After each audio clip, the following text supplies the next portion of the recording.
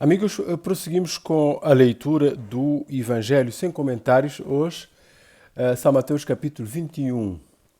Quando se aproximaram de Jerusalém e chegaram a Betfagé, ao Monte das Oliveiras, enviou Jesus 2 discípulos, dizendo-lhes: Ide à aldeia que está diante de vós, e logo achareis preso uma jumentinha, e com ela um jumentinho. Desprendei-o e trazei-mos.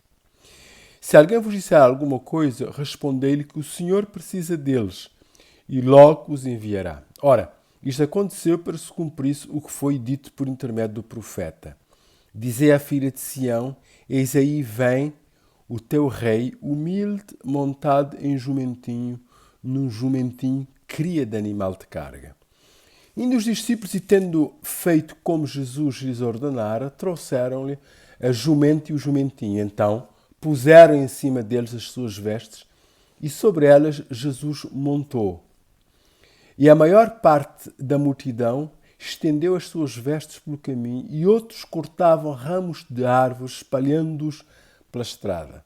E as multidões, tanto as que procediam como as que o seguiam, clamavam: Hosana ao filho de Davi, bendito que vem em nome do Senhor, Hosana nas maiores alturas. E entrando ele em Jerusalém, toda a cidade se alvoroçou e perguntaram: Quem é este? E as multidões clamavam: Este é o profeta Jesus de Nazaré da Galileia. Tendo Jesus entrado no templo, expulsou todos os que ali vendiam e compravam. Também derribou as mesas dos cambistas e as cadeiras dos que vendiam pombas. E disse-lhes: Está escrito: A minha casa será chamada casa de oração. Vós, porém, a transformais em covil de salteadores. Vieram a ele no templo cegos e coxos, e ele os curou. Mas vendo os principais sacerdotes e os escribas as maravilhas que Jesus fazia, e os meninos clamando Hosana ao filho de Davi, indignaram-se e perguntaram-lhe: Ouves o que estes estão dizendo? Respondeu-lhe Jesus: Sim. Nunca lestes da boca de pequeninos e crianças de peito tiraste o perfeito louvor? E deixando-os, saiu da cidade para Betânia, onde pernoitou. Cedo de manhã, ao voltar para a cidade, teve fome. E vendo uma figueira à beira do caminho, aproximou-se dela, e não tendo achado senão folhas, disse-lhe: Nunca mais nasce fruto de ti. E a figueira secou imediatamente. Vendo isto, os discípulos admiraram-se e exclamaram: Como secou depressa a figueira?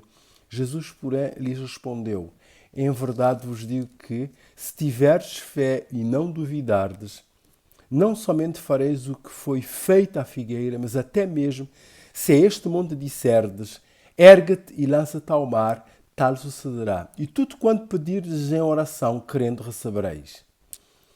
Tendo Jesus chegado ao templo, estando já ensinando, acercaram-se dele os principais sacerdotes e os anciãos do povo, perguntando: Com que autoridade faz essas coisas? E quem te deu esta autoridade?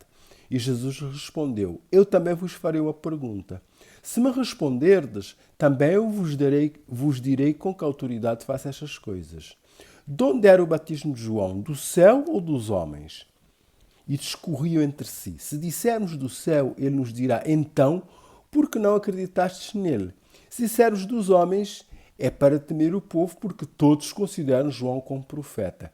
Então respondeu a Jesus: Não sabemos. E ele, por sua vez: Nem eu vos digo com que autoridade faço essas coisas.